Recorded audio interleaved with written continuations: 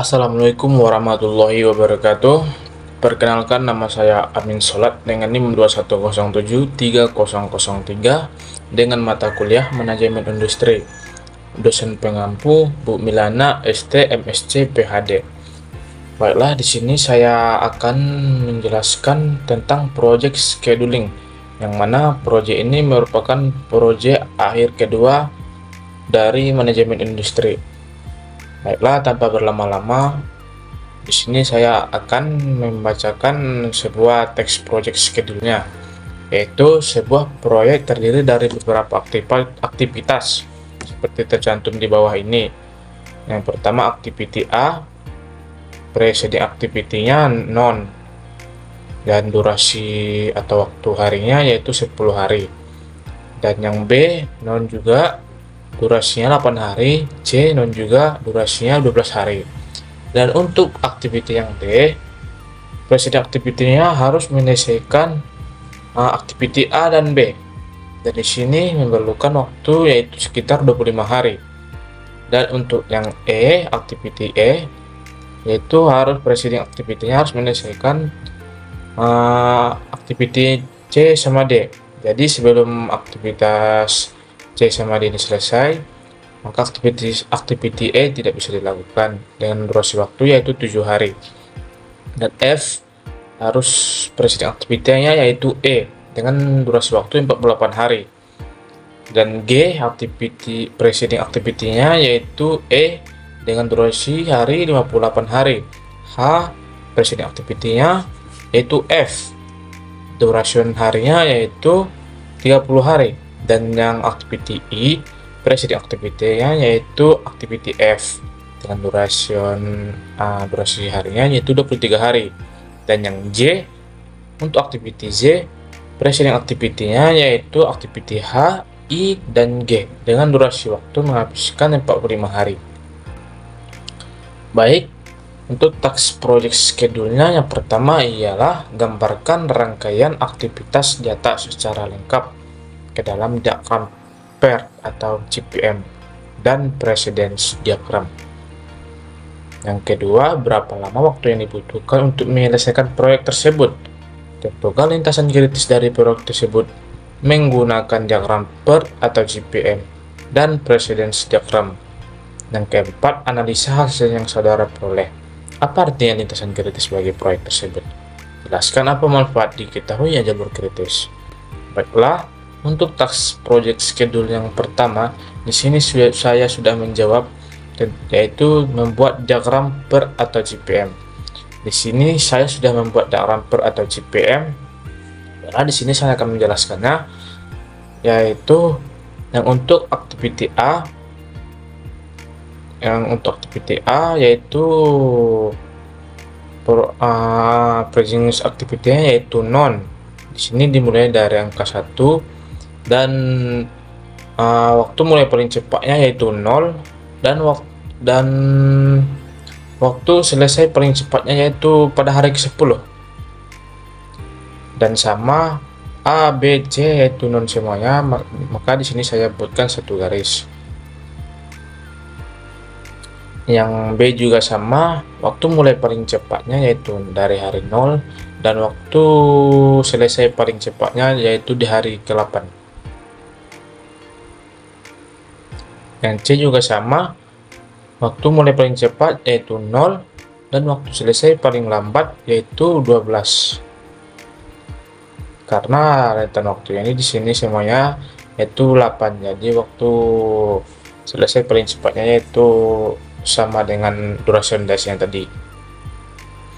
Yang selanjutnya, yang untuk D, yang untuk activity D di sini harus menyelesaikan activity A dan B. Makanya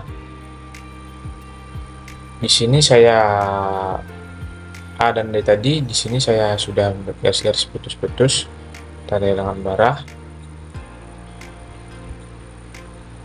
Karena ini semuanya yang garis putus itu adalah non. Dan aktivitas D ini harus menyelesaikan yang activity A dan B. Oke, untuk waktu mulai paling cepatnya yaitu pada hari ke-10 Dan untuk selesai paling cepatnya yaitu pada hari ke-35. Dan untuk activity E itu harus menyelesaikan activity C dan D baru bisa melanjutkan ke activity E. Itu waktu mulai paling cepatnya itu di hari 35 dan waktu selesai paling cepatnya itu di hari 42. Dan untuk activity F di sini harus menyelesaikan activity E terlebih dahulu dengan duration waktu mulai paling cepatnya di hari 42 dan durasi waktu paling cepat selesainya di hari ke-90. Dan untuk activity G harus menyelesaikan E juga. Di sini waktu mulai paling cepatnya yaitu 42 ke hari 42 dan waktu selesainya di hari waktu selesai paling cepatnya di hari ke-100. Dan untuk activity H yaitu harus menyelesaikan F yang dimana waktu mulai paling cepatnya yaitu 90 hari dan waktu selesai paling lambatnya waktu selesai paling cepatnya yaitu 120 hari.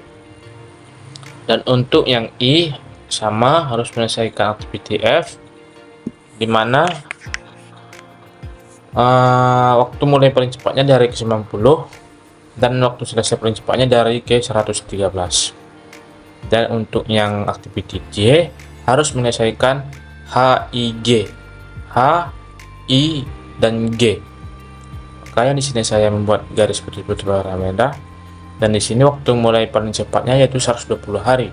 120 hari dan waktu selesai paling cepatnya yaitu 165 hari. Dan yang kedua yaitu task project schedule-nya yaitu membuatkan diagram precedence. Sama dengan yang tadi, hanya bedanya di sini dibuat dalam bentuk kotak-kotak. Berikut penjelasannya yaitu yang untuk activity A, B, dan C tadi yaitu precedent activity-nya yaitu non.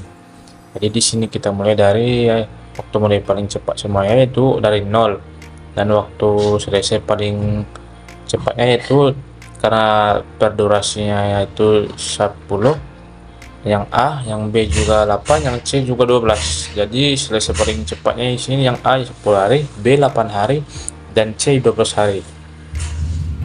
Dan selanjutnya untuk activity D, di sini harus menyelesaikan activity A dan B baru bisa masuk ke aktivitas D. Makanya di sini saya membuat garis-garisnya yang menandakan bahwasanya kedua activity A dan B harus selesai baru bisa masuk melanjutkan ke aktivitas D, yang dimana waktu mulai paling cepatnya di sini yaitu 10 hari dan waktu selesai paling lambatnya yaitu 35 hari. Dan untuk activity E yaitu harus menyelesaikan activity C dan D. Maka di sini saya membuatkan garis yang menandakan aktivitas yang menuju ke garis E ini yang menandakan aktivitas C dan D ini harus selesai baru bisa masuk ke aktivitas E, yang dimana waktu mulai paling cepatnya itu 35 hari dan waktu selesai paling lambatnya yaitu 42 hari. Dan selanjutnya activity F, G. F dan G ini harus menyelesaikan activity E, yang dimana F dan G ini harus menyelesaikan activity E, makanya dibuat jalur di sini dua ya, menandakan bahwasanya activity ini selesai duluan baru bisa masuk ke activity F dan G, yang dimana kedua ini sama waktu dimulai paling cepatnya yaitu di hari 42 dan waktu selesai paling cepatnya yaitu yang untuk G 100 dan untuk F di hari ke 90.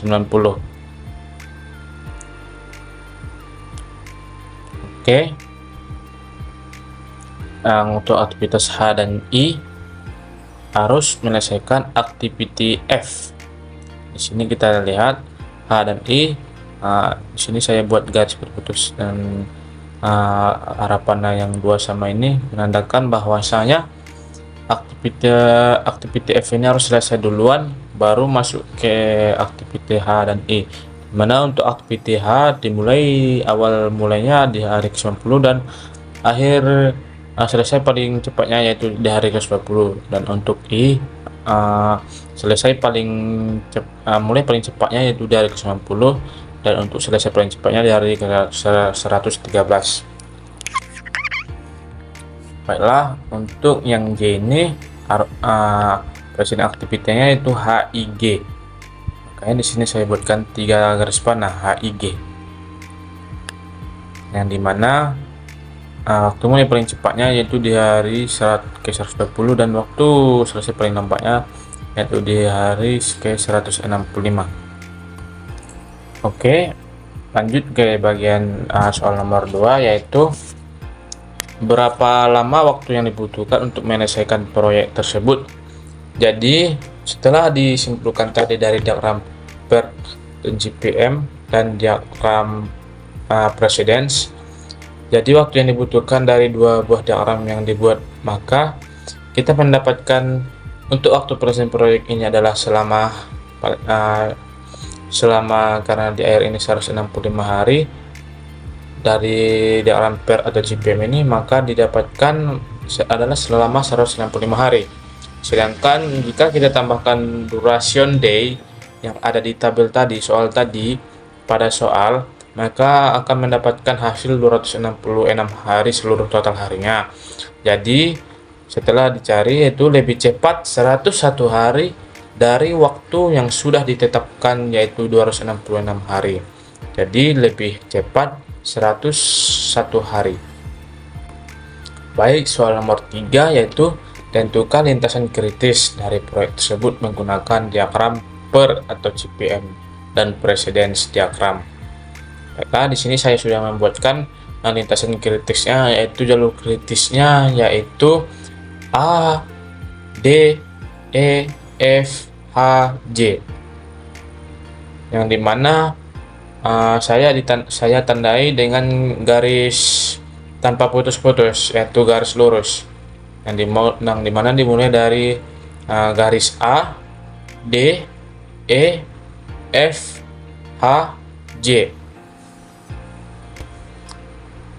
Selanjutnya lintasan kritis presiden diagram, yang dimana jalur kritisnya itu sama A, D, F, H, J, yang dimana di sini saya tandai dengan garis-garis. Di sini saya bedakan dengan menggunakan garis putus-putus berwarna merah jalur kritisnya. Baik, soal nomor 4 yaitu analisa hasil yang saudara peroleh. Apa artinya lintasan kritis bagi proyek tersebut? Jelaskan apa manfaat diketahuinya jalur kritis. Baiklah, di sini lintasan kritis merujuk pada jalur atau tahapan dalam proses produksi yang memiliki dampak signifikan terhadap jadwal keseluruhan atau kemampuan untuk memenuhi target produksi. Jika ada yang menghambat aktivitas atau jalur kritis, maka akan berdampak pada proses produksi. Seperti pada suatu proyek sudah dijadwalkan selesai selama 165 hari, namun karena ada gangguan pada lintasan kritis atau jalur kritisnya, maka akan menyebabkan penyelesaian proyek ini melebihi batas waktu yang ditentukan.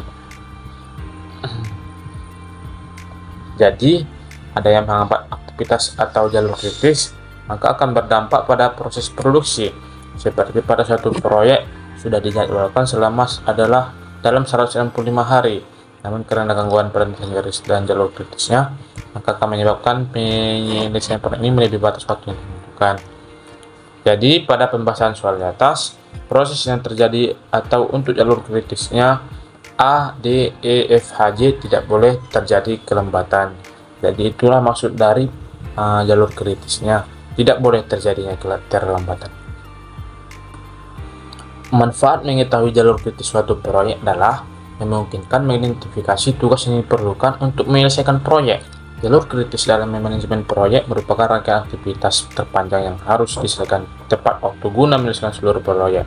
Untuk itu pentingnya mengetahui manfaat jalur kritis, yaitu mengetahui di mana saja proses yang harus didahulukan dalam pembuatan suatu proyek, sehingga jika ada kendala kita langsung dapat mengantisipasinya. Baiklah, untuk menutup pembahasan saya mengenai proyek schedule 2 ini, Saya mengucapkan kata-kata penutup, yaitu tetaplah bersemangat dan pantang menyerah. Setiap usaha dan pembelajaranmu membawamu lebih dekat pada tujuanmu. Baik, sekian dari saya. Salah dalam penyampaian saya, mohon maaf. Assalamualaikum warahmatullahi wabarakatuh. Terima kasih.